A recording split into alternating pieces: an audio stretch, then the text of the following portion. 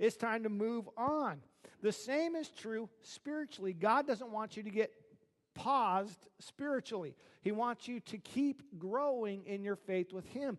That is your responsibility. He desires it. He's given you His Word to grow, but we've got to take in a healthy spiritual diet, which is opening up God's Word on a daily basis and reading it and taking it in so that we might know more what His will is for our life, that we might then do it and grow in our faith. The book of Hebrews is an incredible book. If you've read it, we're not really sure who the writer of Hebrews is, but he's writing to a church that's paused spiritually. They're like stuck.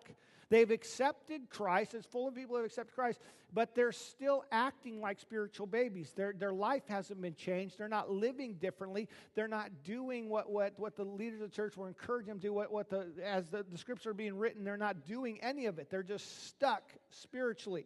And the writer of Hebrews in Hebrews 5 says this: there is much more we would like to say about this, but it is difficult to explain. Check out this sentence. Especially since you are spiritually dull and don't seem to listen. How would you like to have that written about? It's like, ouch, right? But the truth hurts, right? The writer's saying, listen, you're stuck spiritually. You've got to do something to gain some traction. You've got to get going and growing. You're stuck. We'd love to teach you more, but there's nothing else we can teach you here until you make some decisions.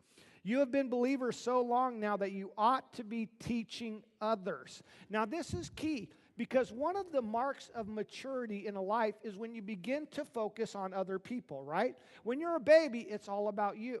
When you're kids, you should start getting some responsibility, right? That's why we give our kids some chores and some responsibility. And as you mature, you start to reproduce